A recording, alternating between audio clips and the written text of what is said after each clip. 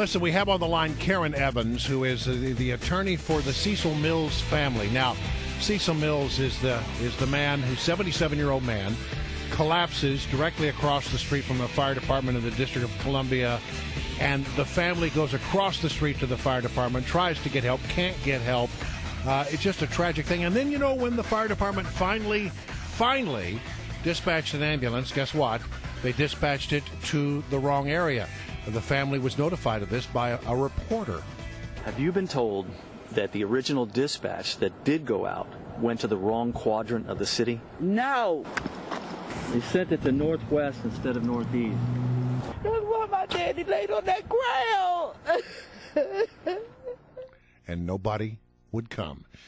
Karen Evans, you're going to hold a press conference today right on the site where Cecil Mills died. What will this press conference be about? What do you intend to say? Yes, good morning. The purpose of the press conference this morning is to call attention to the fire and EMS, the state of the fire and EMS systems here in the District of Columbia, and to call for change. It is time that the laws in the city hold the city accountable when such egregious acts like this occur. So what would you like to, in a perfect scenario, what would you like to see happen here? Well, what we would like to see is, first of all, is for the city to send someone out and to acknowledge, take responsibility for what happened here, and to say this in a personal way to the family. That's the first thing we would like to see. Excuse me, let me stop, because I've heard that the fire chief did call the family.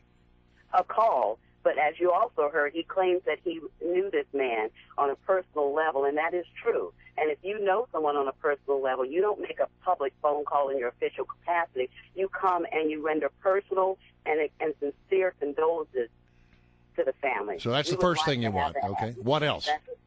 Secondly, we want reform of the law so that the district can be held accountable. These kinds of egregious acts have been going on for decades, and all we have had have been papers, reports, and reviews, but no action.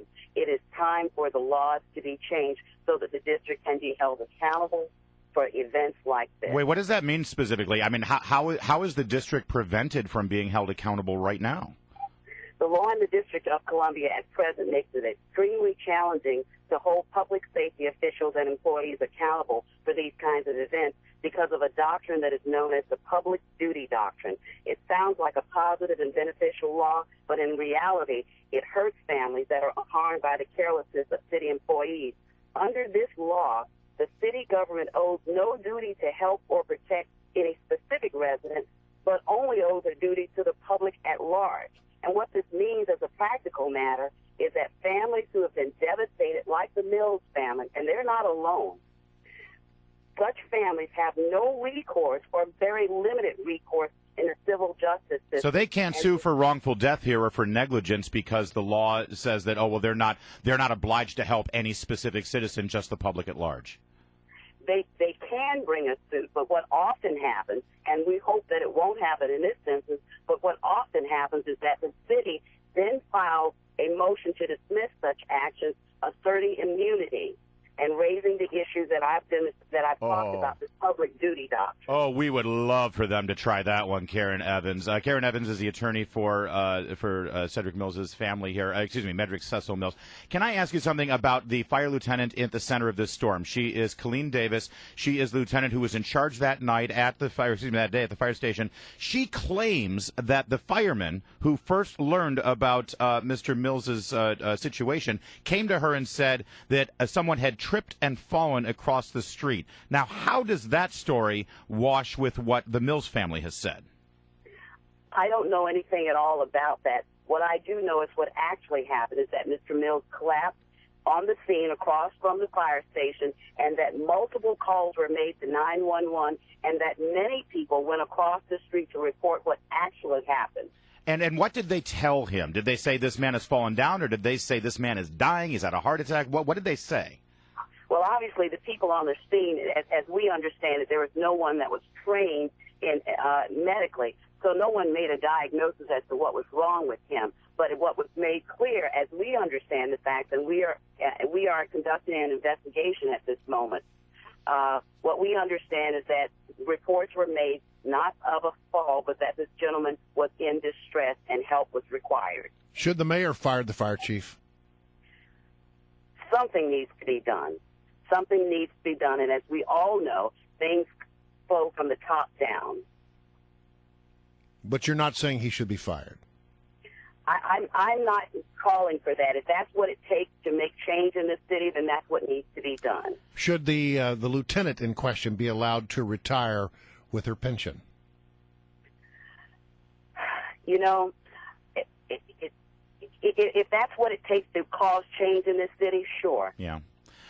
Karen Evans, again, is the attorney for the Mills family, and you're having this press conference today at the scene of this horrible event. It's going to be quite a visual. Can you paint the picture for us, though? How far away, if you can estimate, from where Mr. Mills was lying on the ground is it to the door of the firehouse?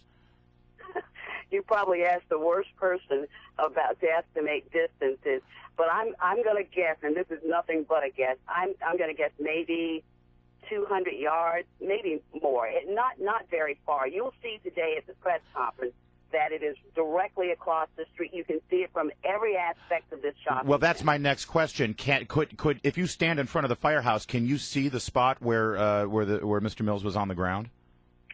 Depending on whether there were cars parked directly in front of Mr. Mills or not, yes, you could. But what was absolutely visible were the people on the street calling for help. And how long was it from the moment the first person went across the street and asked for help at the firehouse there to when an ambulance finally did arrive? We are still in the process of investigating those kinds of details, taking statements from witnesses who were there, and so I can't answer that with any certainty, and I don't want to speculate. All right. Well, listen, our thoughts and prayers go out to the family, of course. We are going to continue to follow this story because it seems to us, and we've said this time and time again, that the one thing you expect from your government is when you dial 911, when you call for help, that somebody actually shows up. And may I say, on behalf of Ms. Evans, even more outrageous, when they don't show up and they clearly act in negligence, they don't get immunity from a civil suit. Karen Evans, I hope you're not a stranger, and as this develops, you know that you've got an open door right here. Well, I hope to take you up on that because we want to shed a spotlight on this for not just the city residents. This is an issue for everyone who comes to the District of Columbia. You betcha. You bet you it is. All right, Karen, thank you so much for joining us. Right, really appreciate it. Thank you for